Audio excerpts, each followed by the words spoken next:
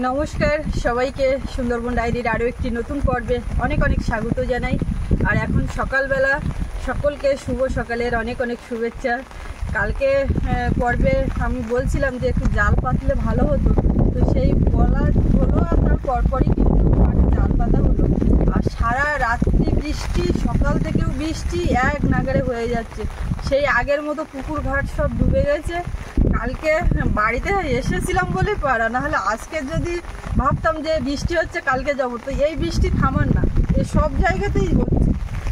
তো যাই হোক, বাড়ি চলে এসেছি এখন, আর চিন্তা নেই, যা হবে এখানে সবাই মিলে একসঙ্গে দেখা যাবে। আর এখন যাচ্ছি মাঠের দিকে জাল তুলতে। তো আপনারা সম্পূর্ণ পর্বটার সঙ্গে থাকুন, আশা রাখছি ভালো লাগবে। আর এখনও যারা আমাদের চ্যানেলটি সাবস্ক্রাইব করেননি, প্লিজ চ্যানেলটি সাবস্ক্রাইব করে সবাই পাশে থাকবেন, তো সাথে থাকবেন। কালকে সেই জাল পাতবো বলতে বলতে সন্ধ্যা হয়ে গেছিলো। সেই অনেকগুলো জাল আছে, তো বড় ফাঁসের জালটা আর পাতা হয়নি, ছোটো ফাঁসের জাল পাতা হয়েছে। তো এখন দেখা যাক, মাঠে তো চারিদিকে ধান রোয়া সবুজ হয়ে গেছে, আর এখন আর পাতলে অসুবিধা নেই, রোয়ার কোনো ক্ষতি হবে না। মাঝখানে অনেকদিন বন্ধ ছিল আর ওই বৃষ্টি হয়েছে, তো জাল আর পাতা হয়নি। তো কালকে দেওয়া হলো, আর বৃষ্টিও সারা রাত হয়েছে। এখন মাছের কী খবর সেটাই দেখার ব্যাপার।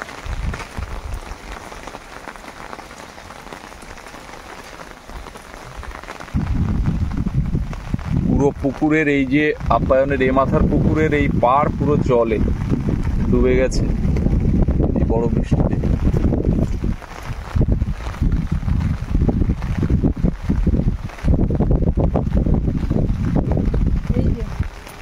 যখন রোয়া হয়নি তখন এইখানেই পাতা হতো, এখন দেখা যাচ্ছে। ভাদ্র মাসের এই নিম্নচাপ একেবারে জল কিন্তু জানান দিয়ে যাচ্ছে। আমি নামবো নাকি?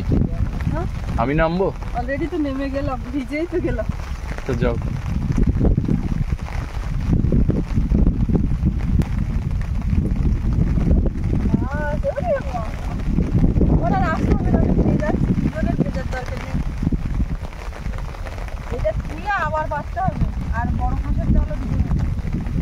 হ্যাঁ, এখন যা বৃষ্টি হচ্ছে,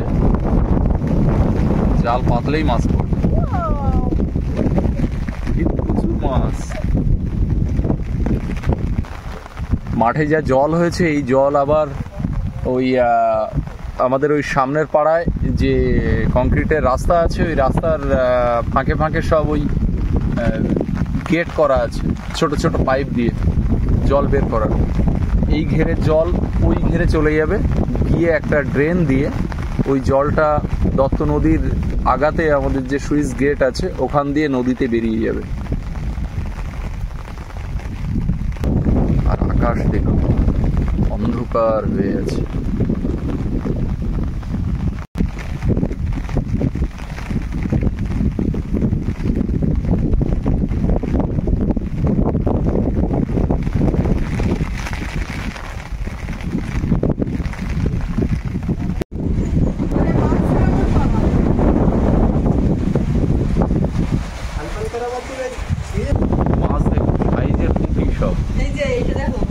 ট্যাংরা বড় বড়, জাপানি পুঁটি পুকুর থেকে বের হয়েছে, হয়তো তোমার পুকুর থেকে।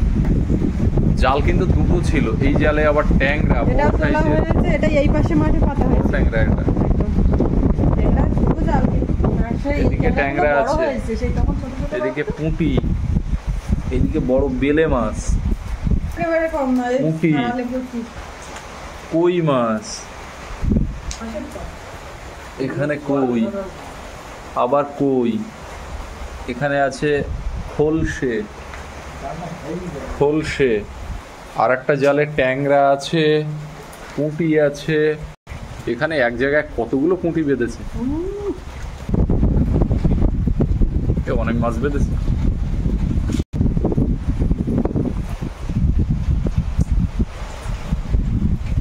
আগে যখন সেই সময় জাল দিতাম, ওই রোয়া ছোয়া হয়নি, তখন পুঁটি মাছও বড় পড়তো, তার থেকে এখন বড় হয়েছে। এবার সেই ফাঁসের জালে এখন এরা কোনো রকমে বেঁধেছে, ছাড়ানো দুষ্কর। কিন্তু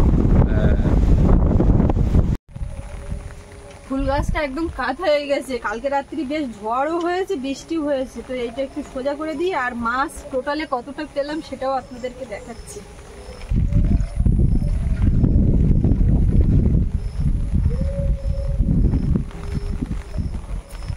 ভাবে না বাঁধিয়ে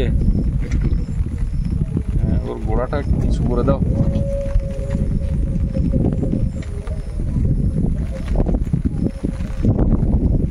সে আগে পলাশের দিকে দেখে গেছে, আবার পলাশ গাছের এত যত্ন করে লাস্টে পিছে কি হবে দেখো। এই ওই যে এটা পুঁতেছে না, ওই যে কাঠটা, ওর গোড়াটাও একটু মাটি দিয়ে চেপে দাও। গোড়ায় জল ঢুকে গেলে কিন্তু মুশকিল। ওটা আবার কি আসিনি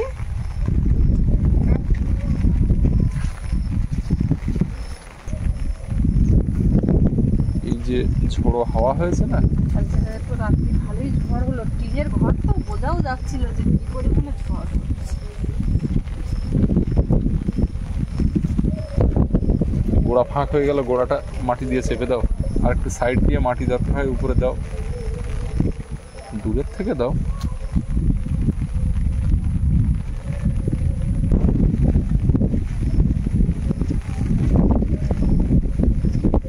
এটা সেই পিঙ্ক কাঁঠাল। কি জানি কি কাঁঠাল নিয়ে আসতো, ছোট ওর অসুবিধা হয় না। এদিকে আম গাছটাও বাঁধা হয়েছে। ছোট গাছে তো ঝড় লাগে না, বড় গাছেই ঝড়টা লাগে।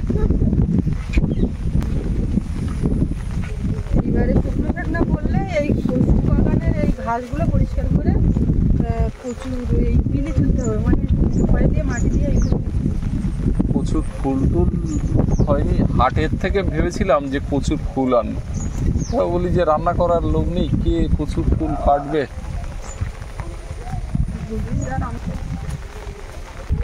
পুকুর দেখুন কানায় কানায় আবার জল হয়ে গেছে। হ্যাঁ, মানে এইরকম খেল দেখালো নেই নেই করে হ্যাঁ তা হয়েছে। ওটেও প্রচুর জল হয়েছে, কিন্তু পাইপটা যে লাগাবো জোয়ার, নদীতে এখন জোয়ার হচ্ছে আর বৃষ্টি হচ্ছে, সারা রাত বৃষ্টি, আকাশ তো একদম অন্ধকার।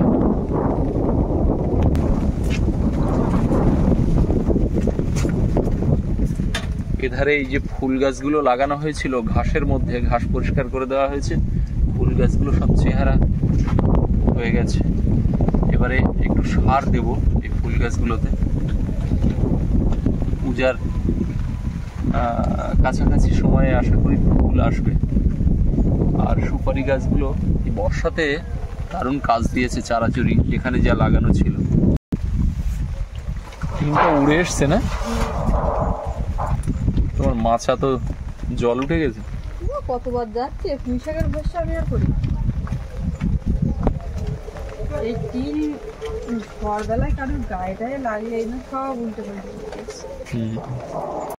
এই মাছগুলো পাওয়া গেছে জাল ছাড়িয়ে, আর সব মাছগুলোর মধ্যে দুই একটা একটু মানে খুব সকাল সকালে বেঁধে গেছে, নষ্ট হয়ে গেছে, সেগুলো সব বাচ্চা দিয়ে একদম ভালো ফ্রেশ মাছ এইগুলো হয়েছে। এর মধ্যে ট্যাংরা মাছ টাছগুলো এখনো জানতো, এটা তো জানতে ছিল। সব মাছ দেখুন টাটকা মাছ। প্রচন্ড বৃষ্টি, পুরো হাওয়া, এর মধ্যে এই 2-3 দিন তো বাড়ির থেকে ঠিক মতো বেরোনো যাচ্ছে না, তো বিনা পানিতে একটু দরকার আছে।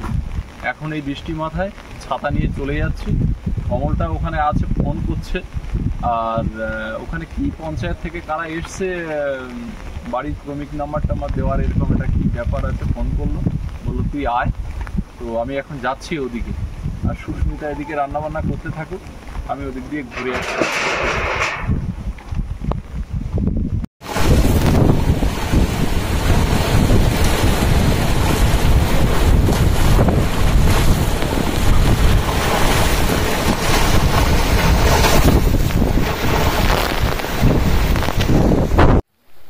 রাস্তা দিয়ে তো হেঁটে আসা খুব মানে বাজে অবস্থা। আমাদের আপ্যায়ন থেকে বিনাপানি পর্যন্ত আসলাম, রাস্তা কাদা হয়ে গেছে এক নাগাড়ে বৃষ্টিতে। আর বিনাপানিতে এসছি যে দরকারে, ওই ভিডিও থেকে লোকজন এসছে আধার কার্ড দিয়ে, আর ওই বাড়ির ক্রমিক নাম্বার দেওয়া হচ্ছে, যা শুনলাম প্রচুর ভিড়। তো কমল এখানে ছিল, তো দুজনে এই ঘাটের দিকে এলাম যে নদীর কি অবস্থা দেখি। আর গনমুখ শুরু হয়েছে, তো ঘাটে এসে দেখতে পাচ্ছি পাড়ার ছেলেপুলেরা দোন ফেলেছে, বড়শি দিয়ে নদীতে দোন ফেলেছে, যেটা আমরা ছোটবেলায় করতাম নাকি। হ্যাঁ হ্যাঁ, আয় দেখি এরা কি করছে। তোরা কি করছিস? মনে কি মাছ টাছ পেয়েছিস না শুধু দোন ফেলে বসে আছিস? হ্যাঁ, কটা দোন ফেলেছিস? 3টে। তাতে মাছ হয়েছে কটা? একটাতেও হয়নি। তাহলে কি হবে মাছ না হলে? আর একটু ভাটা নামলে মাছ ধরবে। সব দোন নিয়ে সুতো, এই হচ্ছে হাত সুত, হাত দোন। এটা কটা বড়শি আছে বাবু? 4টে। আর কি চারা দিয়েছিস? মিনু মাছ। সেই মিনু মাছ ধরা লাঠি দিয়ে সাপাট সাপাট করে। ওটা কটা বড়শি? ওটা কটা বড়শি? 4টে। তোরটায় কটা বড়শি? 4টে। আর এদিকে দেখুন পাটাজাল পাতা, ছোট্ট একটা পাটাজাল এধারে। এখানে একটা ঝোড়া আছে, এখান দিয়ে জল নামে, ওই যে চড়ার জলটা ভাটা বেলায় নামে, এই ভাটায় জল নামবে, তারপরে এই জালে মাছ ধরা হবে। এদিকে বাঁ সাইডে দেখুন এখানে একটা বড় চর পাটা দেওয়া, এটা পার্মানেন্ট পাতা থাকে। যখন গনমুখ তখন এই পাটা তুলে দেওয়া হয়, জাল তুলে দেওয়া হয়, ভাটা নেমে গেলে মাছ ধরে। একই ফরম্যাট, একই সিস্টেম। তো এখানে জাল তোলা আছে, চর পাটা। আর এই যে ঘাটটাতে আমরা দাঁড়িয়ে আছি, শুকনো হলে বিকালবেলা, গরমের সময়, সারা বছরই এই যে ঘাটের এই পিলারগুলো আছে, এই পিলারের উপরে বসা, মুখোমুখি বসে আড্ডা মারা, কিংবা যখন শুকনো থাকে এই যে ঘাটের এই যে সমতল জায়গাটা, এখানে আমরা বসি। একটা মনোরম পরিবেশ, বসে গল্পগুজব করা, আড্ডা মারা। পাড়ার বয়স্করাও বসে, কম বয়সীরাও বসে। তো ঘাটের দিকে এলাম। এখন নদীর অবস্থা দেখুন। স্বাভাবিক যখন থাকে ওয়েদার, তখন নদী থাকে শান্ত পুকুরের মতো। এখন দেখুন নদীতে কিন্তু একটা ঢেউ আছে, একটা রোলিং হচ্ছে হালকা। মানে এটা যে ভয়ের মতো রোলিং, সেই রিমেল ঝড়ে যেরকমটা হয়েছিল তেমনটা না, কিন্তু একটা রোলিং হচ্ছে। আর আকাশ তো এই 2 দিন 3 দিন ধরে মেঘাচ্ছন্ন হয়ে আছে। যে নিম্নচাপ হয়েছে, এই নিম্নচাপ কেটে না যাওয়া পর্যন্ত সেই নীল আকাশ আর পরন্ত বিকেলের সূর্যাস্ত, ঢলে পড়া সূর্যের সেই প্রতিচ্ছবি গোমরের জলে ভাসা, এটা কিন্তু দেখতে পাবো না নিম্নচাপ না কেটে। ঠিক আছে। হ্যাঁ, ওয়েদার রিপোর্ট কি বলছে? একটু কমেছে ওয়েদার রিপোর্ট তো, মানে আজকে একটু কমার কথা, কিন্তু জানিনি তো কমার কথা বলছে আর কন্টিনিউ চলছে। হ্যাঁ, তাই তো দেখছি। আর বাঁধের অবস্থা, নতুন কাজ হলো, তারপরে তারপরে গৌতমদা বাড়ির ধারটা আছে, ওই যে বাঁশঝাড়ের ওখানটা ফেটে গেছে। এবার কি হচ্ছে, ওখানে অনেক মাঝখানে ফেটে যাওয়াতে ওতে জল ঢুকছে, ওটা নিয়ে চলে যাবে। আর যখনই চলে যাবে তখন এই সাইডটা হালকা হয়ে যাবে। আর এই জোয়ার মুখ, এই সবে তো আজকে একটু জোয়ার বেশি উঠলে। কি রে, মাছ উঠলো নাকি ওখানে? ও না, জল ছিটকালো। তোরা কিন্তু ওখানে স্লিপ, এত নিচের দিকে যাচ্ছিস কেন? এই বাবা, উপরের দিকে উঠে আয়, এখানে স্লিপ আছে তো, উপরে উঠে আয়। তুই কি মাছ এর আগে কোনোদিন পেয়েছিস দোন ফেলে? কই এদিকে তাকা। তুই তো সবসময় দোন ফেলিস, মাছ তো কোনোদিন পাসনি। কি মাছ পেয়েছিলি? হ্যাঁ, পার্শে মাছ দোনে? দোনে নাই, পার্শে মাছ পেয়েছি কি বলে? এই তুই কটা মাছ পেয়েছিস এই পর্যন্ত দোন ফেলে? ও, তুই অন্যের দোন ধরে আছিস? আচ্ছা, তুই কোনো বড় মাছ পেয়েছিস? তাহলে তোরা তো মাছুড়েই না, হ্যাঁ, শখ করে দোন পেতে বসে আছিস। হ্যাঁ, মিনু মাছ মারা লাঠি। মনে করে দেখ, ছোটবেলায়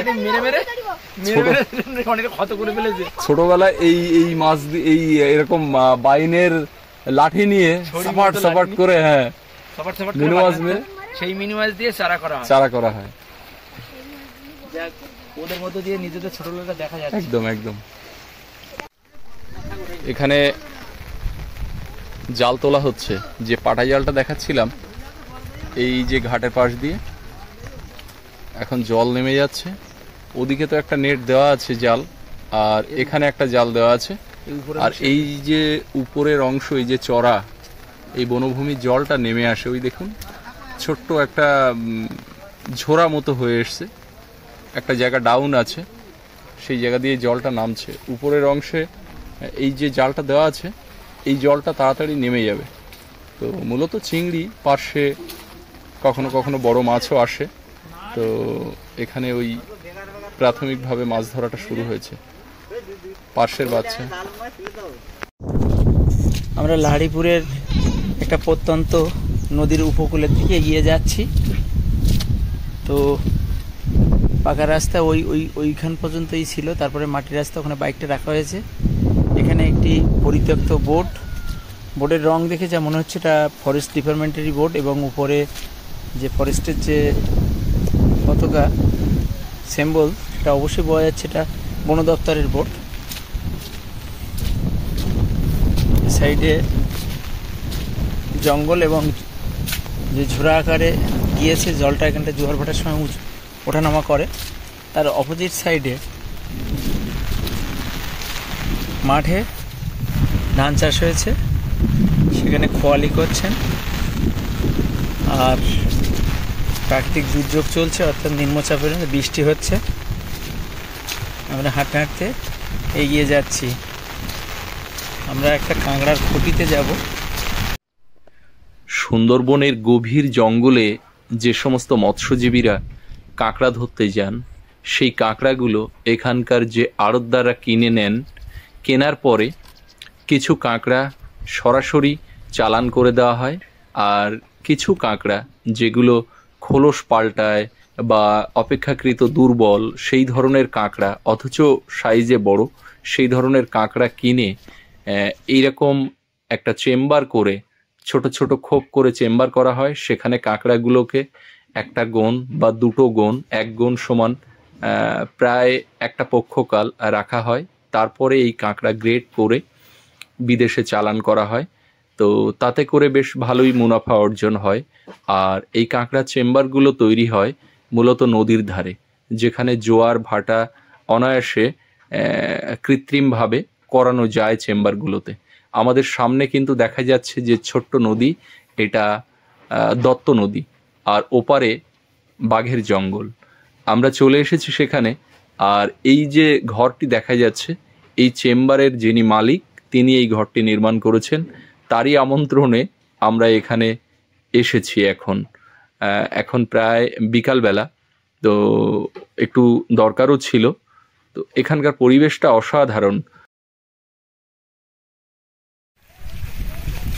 একটি সুন্দর প্রক্রিয়া আদা চাষ করা হয়েছে সম্পূর্ণ ভাসমান পদ্ধতিতে। ড্রামের উপরে বাঁশের চালা করে তার উপরে প্যাকেট করে আদা চাষ করা হয়েছে। খুব সুন্দর একটি প্রকল্প।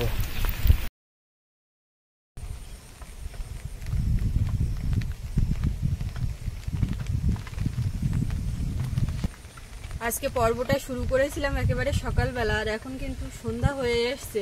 তো আপনারা কেমন আছেন, কে কোত্থেকে দেখছেন, আর এরকম ওয়েদার আপনাদের ওখানে আছে কিনা কমেন্টে লিখবেন। কি পরিস্থিতি, কি বাজে অবস্থা, কি বলবো, মানে বৃষ্টি এক নাগাড়ে হয়ে যাচ্ছে। ভিডিওটা তো সকালবেলা শুরু হলো, তার পর কিছু কিছু দৃশ্য, এখানে যাওয়া বা ওখানে যাওয়া, কিছুটা অন্য এলাকার দৃশ্য, সব মিলিয়ে মিশিয়ে থাকলো। আর পর্বটা শেষ করব, সেটার জন্য আর বাইরে বেরোতেই পারছি না। কি বৃষ্টি সকাল থেকে শুরু হয়েছে। পুকুর ঘাট একদম ডুবে গেছে। আবার চিন্তা বাড়ছে ওই বাড়ির জন্য, সেম একই হলো। আর এবারে কি হবে জানি না। এখনো পর্যন্ত বৃষ্টি তো বন্ধ হওয়ার কোনো লক্ষণ নেই, রাত্রিও হবে যা পরিস্থিতি দেখতে পাচ্ছি। তো খুব দুশ্চিন্তার মধ্যে। কতক্ষণ থেকে ভাবছি যে বাইরের দিকে একটু বেরোবো, এই সবে একটুখানি ফুট মরেছে, ছাতাতেও মানাচ্ছে না।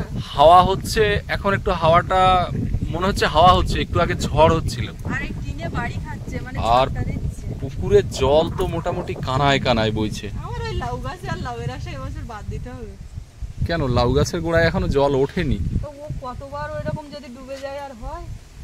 আর ওইদিকে টিনের ঘর একেবারে মানে ঝাপটা দিচ্ছে, জল তো খাটের তলায় অর্ধেক ঢুকে যাচ্ছে, মানে একেবারে বেড়ার পাশে খাট, তো তলা দিয়ে জল ঢুকিয়ে দিচ্ছে।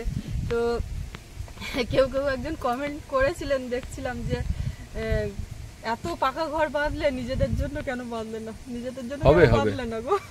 হবে সবকিছু সময়ে হবে। আসলে সবকিছু একসঙ্গে সামলে ওঠাও তো একটা দুষ্কর ব্যাপার, বুঝতেই তো পাচ্ছেন। একের পর এক এই এত বড়, আমাদের কাছে অবশ্যই এত বড়, কেননা এটা করা খুব কষ্টকর ব্যাপার।